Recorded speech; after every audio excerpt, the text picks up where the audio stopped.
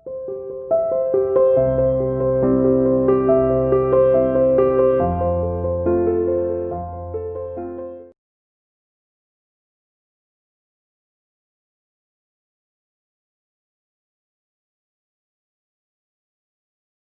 again, you are welcome, beta. Today we will continue our chapter 6 citizenship, and in this chapter इससे पहले वाले live class में और आपके पास जो वीडियो हमने भेजा है उसमें हमने सिटीजनशिप के एक इंट्रोडक्टरी पार्ट को कवर कर लिया है। आज जो हम बात करने वाले हैं वो बात करेंगे कि सिटीजनशिप और राइट का आपस में क्या संबंध है। ठीक है ना, बहुत गहरा संबंध है, समझने की कोशिश करेंगे। ठीक है ना, इसी चीज़ को कि नागरिकता बहुत ज़रूरी है किसी एक पार्टिकुलर कंट्री का। हमने बात की थी कि रिफ्यूजीज को, जो भी किसी देश में एक घुसपैठिए के रूप में रहते हैं, एक माइग्रेंट्स के रूप में रहते हैं, उनको जो सिटीजन्स को अधिकार है वो अधिकार उनको नहीं मिलते हैं और उनकी फिर क्या दशा होती है, कौन कौन सी परेशानियों का सामना करना पड़ता है, वो हमने बात की थी। ठीक है ना, इससे पहले इंट्रोडक्टरी पार्ट की मैं बात कर रहा हूँ। आज हम बात करेंगे फुल एंड इक्वल मेंबरशिप, संपूर्ण और समान सदस्यता की बात करेंगे। देखा, अभी इसके outsider being seen as a threat पहले हम समझना शुरू करेंगे कि आउटसाइडर्स हैं उनको एक खतरे के रूप में क्यों देखा जाता है, उसके बारे में। इसका दो तरह से एग्जांपल लेंगे हम। किसी एक देश के अंदर, एक राष्ट्र के अंदर जो दूसरे देश से या किसी दूसरे स्टेट से आकर कोई बसते हैं, काम करने लगते हैं, वो भी समझने की कोशिश करेंगे। लेकिन आप सबसे पहले हम एक दूसरे तरीके से समझने की कोशिश करते हैं। हमने और आपने सभी ने देखा होगा, जब भी हम कहीं ट्रेन से ट्रेवल करते हैं तो एक आपस में ट्रेन में, जब भी जनरल कंपार्टमेंट की मैं बात कर रहा हूँ, जब घुसते हैं तो बड़ी एक आपस में वो होता है कंपटीशन के जितना जल्दी उसके कंपार्टमेंट में घुस जाए, और उसको लेकर जैसे ही जो घुस जाते हैं पहले से, वो आउटसाइडर जो बाहर से आने वाले हैं उनको बिल्कुल अलाउ नहीं करते, किसी न किसी तरह के एक्सक्यूजेस, और आपस में झगड़े तक के हो जाते हैं। लेकिन जैसे तैसे they manage to come inside, वो किसी तरह से अंदर आ जाते हैं और बैठ जाते हैं। फिर इनमें आपस में एक सहमति बन जाती है, एग्रीमेंट हो जाता है, और अगले स्टेशन पे जब ट्रेन रुकती है तो फिर दो दूसरे लोग आते हैं, उनको ये सभी मिलके अंदर अलाउ नहीं करते हैं। मैं बात कर रहा हूँ जनरल कंपार्टमेंट की। ठीक है ना, तो कैसे हम आउटसाइडर्स को being seen as a threat, हम वो थ्रेट के रूप में लेते हैं, क्योंकि अगर हम उस आउटसाइडर को यहाँ पर जगह देंगे तो कहीं ना कहीं हम जो कंफर्ट है, हमारे कंफर्ट को वो थ्रेट के रूप में हमको अपने साथ में एडजस्ट करना होता है। ठीक है ना, तो अभी इसको और हम समझेंगे आगे, बहुत गहराई में समझने वाले हैं, लेकिन इतना तो आप समझ ही गए होंगे। Similar conditions happened in the job also. आपने बहुत सारे कहानियाँ सुनी होंगी, कहानियों की मैं बात नहीं कर रहा हूँ। ये जैसे कि आप महाराष्ट्र में मुंबई कार का जो बात चलती है, ठीक है ना, कई बार ऐसी बात सुनने को आती है, या फिर कई सारी स्टेट गवर्नमेंट्स जॉब के अंदर भाषा की कंडीशंस रख देती हैं कि अगर हमारे इस राज्य में जॉब की जो एडवर्टीजमेंट निकलती है उसमें रख देती है कंडीशन कि भाई सपोज करो गुजरात में कोई वैकेंसी निकलती है स्टेट गवर्नमेंट, तो द इंडिविजुअल जो भी एप्लीकेंट है, he also should have the knowledge of the Gujarati language, similar Kannada, Telugu और आंध्र प्रदेश की जो भाषा है तेलुगु, उसकी बात कर रहे हैं। तो ये सब कंडीशन रखने का पर्पज़ ये होता है कि आउटसाइडर्स को ना आने दें। ठीक है ना, कि बाहरी लोग यहाँ पर आकर जो जॉब्स है उनके ऊपर कब्जा ना करें, क्योंकि जॉब है या फिर जो भी नेचुरल रिसोर्सेज है हर स्टेट में, कंट्री में लिमिटेड है, और उसके ऊपर अगर कोई आउटसाइडर आके उनके ऊपर कब्जा करता है तो उसको हम थ्रेट के रूप में देखते हैं कि हमारे लिए खतरे की घंटी है। इसी को लेकर मुंबई के अंदर आपने राज ठाकरे, पहले की बात कर रहा हूँ मैं, राज ठाकरे के बीच बीच में स्टेटमेंट सुनने को मिलते थे। ठीक है ना, और वो मुंबई कार की बात करते थे कि ये महाराष्ट्र के अंदर सिर्फ महाराष्ट्र के रहने वाले लोग ही जॉब कर पाए। इस तरह की बातें होती थी। मराठी जानना चाहिए जिसको भी महाराष्ट्र में जॉब करते हैं। ये कंडीशंस में बता रहा हूँ कि जिस तरह से ऐसे हम कैसे आउटर साइडर के साथ में ट्रीट करते हैं, और फिर हम आगे भी समझने की कोशिश करेंगे। और जब हमारे साथ में कोई ऐसा ट्रीटमेंट, हमारे साथ इस तरह का अगर कोई ट्रीटमेंट होता है, भेदभाव किया जाता है, ठीक है ना, तो इसको हम दूसरे कंटेक्स्ट में देखते हैं। अब हम बात करेंगे आगे, जैसे हम अगर हमारे देश से कोई दूसरे देश में for the purpose of employment जाते हैं, कुछ माइग्रेट होके जाते हैं, स्किल्ड वर्कर्स की मैं बात कर रहा हूँ, आईटी इंजीनियर्स या फिर दूसरे प्रोफेशन में, अगर वहाँ पर जैसे हम अमेरिका की बात कर सकते हैं और वहाँ के प्रेसिडेंट अगर उनको वीज़ा की फैसिलिटीज़ के फर्दर बैन लगाता है तो हम उसको बहुत बुरा मानते हैं। वहीं हम अपने देश के अंदर, अपने ही देश के अंदर और दूसरे स्टेट के नागरिकों को इस तरह की फैसिलिटीज़ देने से पहले ये सोचते हैं कि ये अगर यहाँ पर आके इनको एम्प्लॉयमेंट का अपॉर्चुनिटी दिया जाएगा तो कहीं ना कहीं हम पे इसका एक नेगेटिव इम्पैक्ट पड़ने वाला है। तो हमारा एक ही मुद्दे को लेकर दो पॉइंट ऑफ व्यू होते हैं, जहाँ पर हमारे खुद के सेल्फ इंटरेस्ट जो है स्टेक के ऊपर होते हैं, तो फिर हम अपने ही देश के नागरिकों को दूसरी तरफ से देखना शुरू करते हैं। तो this raises the question about the full and the equal membership, ठीक है ना। यही क्वेश्चन उठाती है जब कोई भी हमारे भारत के नागरिक है, वो चाहे वो पंजाब से हो, हरियाणा से हो, महाराष्ट्र से हो या बिहार से हो, वो सभी they all are the citizen of India. और अगर देश के नागरिक हैं तो किसी भी जगह पे they have the right to freedom of movement, ठीक है ना। और फ्रीडम ऑफ मूवमेंट का जो आपको, तो कॉन्स्टिट्यूशन में जो फ्रीडम ऑफ मूवमेंट के बारे में जो बातें किया गया है, बेसिकली उसके पीछे घूमने जाने से ज़्यादा उसका दूसरा पर्पस था। फ्रीडम ऑफ मूवमेंट मतलब देर आर द पीपल्स, उनको जॉब का अपॉर्चुनिटी आसपास के क्षेत्र में, जैसे कोई अपने स्टेट के अंदर कोई जॉब की अपॉर्चुनिटी नहीं मिलती है, for that purpose they move from one state to another state. तो इसमें आपके फ्रीडम ऑफ मूवमेंट में ये भी आ जाता है कि आप किसी भी जगह जाकर आप काम कर सकते हैं। This is of particular importance for the workers, basically कि जो वर्कर्स हैं उनके लिए जो फ्रीडम ऑफ मूवमेंट है ये सबसे ज़्यादा उनके लिए इम्पोर्टेंट है।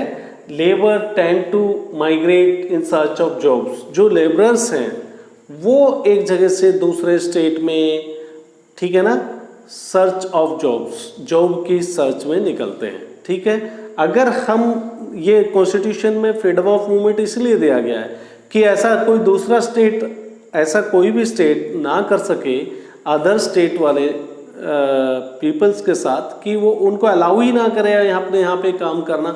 But it has been experienced in the past, बहुत सारे आपने इंसिडेंट्स सुनी होगी जहाँ पर हम किसी दूसरे स्टेट वाले को काम करने से रोकते हैं आने के लिए। तो मार्केट में भी दो तरह के जॉब्स की आप देखते होंगे, एक तो है स्किल्ड वर्कर्स का जॉब और एक अनस्किल्ड वर्कर्स का जॉब, ठीक है ना। अगर इन दोनों को हम समझने की कोशिश करते हैं, देखो कहीं पर भी स्किल्ड वर्कर्स की ज़्यादा डिमांड होती है और उसको हम वेलकम भी करते हैं, राइट। जैसे आपके कानपुर हो गया, कानपुर के अंदर इंडस्ट्री से रिलेटेड हो गया, जो टेक्निकल इंजीनियरिंग वगैरह हो गया, वो बात कर सकते हैं हम। लेकिन आईआईटी के जो आपके इंफॉर्मेशन टेक्नोलॉजी के बेंगलोर हो गया, पुणे हो गया, हैदराबाद हो गया, ठीक है। और सिमिलरली और दूसरे जॉब के लिए भी जो स्किल्ड वर्कर्स कीजिए या फिर नर्सेस हैं, जो नर्स के जॉब में हैं वो केरल से होती हैं। वो पूरे आप देखोगे हर स्टेट के अंदर जो नर्सिंग प्रोफेशन में है वो सभी basically they are from Kerala और तमिलनाडु, ठीक है ना। तो ऐसे हम स्किल्ड वर्कर्स हैं उनका तो वेलकम करते हैं। While on the other aspect जब हम बात करें अनस्किल्ड वर्कर्स की, बेचारे लेबर्स वगैरह को, तो उनको हम इतना वेलकम नहीं करते हैं आने के लिए, अपने स्टेट के अंदर उतना वो नहीं देते हैं, ठीक है ना। Some people even travel outside of the country, ये भी आपने देखा होगा कि बहुत सारे लोग देश से बाहर भी जाते हैं for the purpose of job के लिए जाते हैं। अब हम बात करेंगे किस तरह का विरोध देखने को मिलता है। ठीक है ना, जब आप कहीं एक जगह से दूसरी जगह पर जॉब की सर्च में जाते हो तो किस तरह से रेसिस्टेंस देखने को मिलता है और उसके कारण क्या क्या हो सकते हैं। Resistance build up among the local people, a demand may develop to restrict the certain jobs to those who belong to the state। ऐसा सोचते हैं और ये कहीं ना कहीं इसमें हकीकत भी है कि रेसिस्टेंस क्यों होता है, विरोध क्यों करते हैं हम दूसरे स्टेट से जो आए हुए वर्कर्स का। बिकॉज हमारा ये सोचना है या मानना है या उसमें रियलिटी भी है कि जो सर्टेन जॉब्स हैं उनके ऊपर हम रिस्ट्रिक्शन लगाना चाहते हैं। क्योंकि उससे वो जो डिमांड है, अगर बाहर से बहुत सारे वर्कर्स आएंगे तो वहाँ के लोकल पीपल को रोजगार नहीं मिलेगा।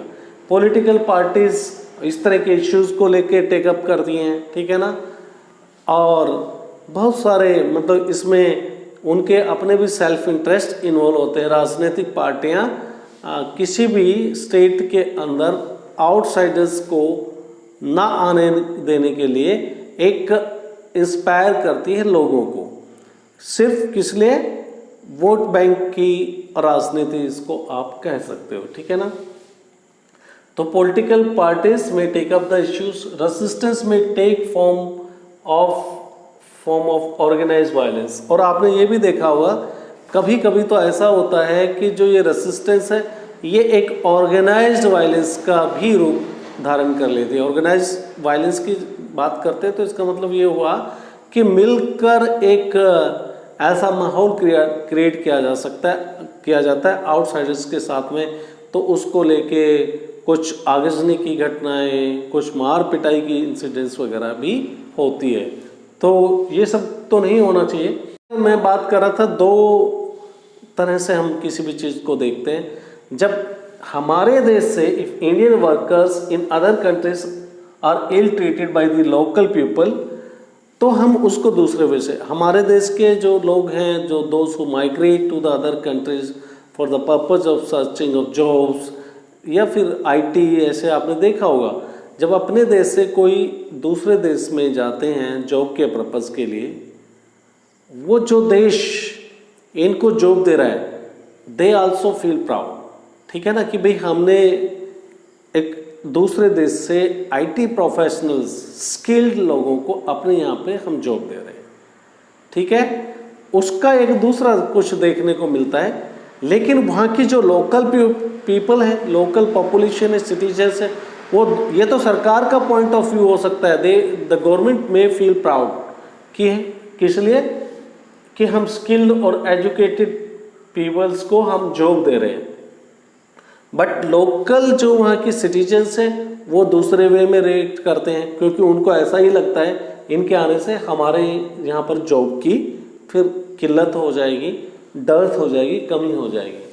तो इंडियन वर्कर्स को इल ट्रीट भी किया जाता है। आपने देखा होगा जो एजुकेशन पर्पस के लिए ऑस्ट्रेलिया गए हैं या फिर यूनाइटेड स्टेट ऑफ अमेरिका है, तो बीच बीच में ऐसी इंसिडेंट्स सुनने को मिलती है कि उनके साथ में बहुत अच्छा व्यवहार नहीं किया जाता है। स्टेट में इवन भी तो बट जॉब्स आज कैश लोकल पीपल में रिसेंट कंपटीशन। तो ये सब कारण वही है कि जॉब कम है और पॉपुलेशन ज़्यादा है, तो वो अपना एक प्रतिशोध या कह सकते हो एक विरोध दर्ज कराते हैं। ठीक है ना, प्रोटेस्ट रजिस्टर कराते हैं। अब दो बातें करते हैं हम। Does right to freedom of movement include the right to live or work in any part of the country? क्या ये भी है कि राइट टू फ्रीडम के अंदर राइट टू वर्क, हम कहीं पर भी काम कर सकते हैं, राइट टू लाइव हम कहीं पर भी रह सकते हैं, any part of the country? तो ये भी एक डिबेट वाला इशू है। Another factor poor migrant and the skill migrants. दूसरा हम देखते हैं कि जो हम पुअर माइग्रेंट्स को तो बिल्कुल अलाउ ही नहीं करते हैं कहीं पर काम करने के लिए। वहीं उसके दूसरा पहलू देखें तो स्किल्ड जो माइग्रेंट्स हैं उनका हम वेलकम करते हैं। तो ये भी अपने आप में एक दोनों ये बातें एक डिस्प्यूट लेके आती है डेमोक्रेटिक सोसाइटी में।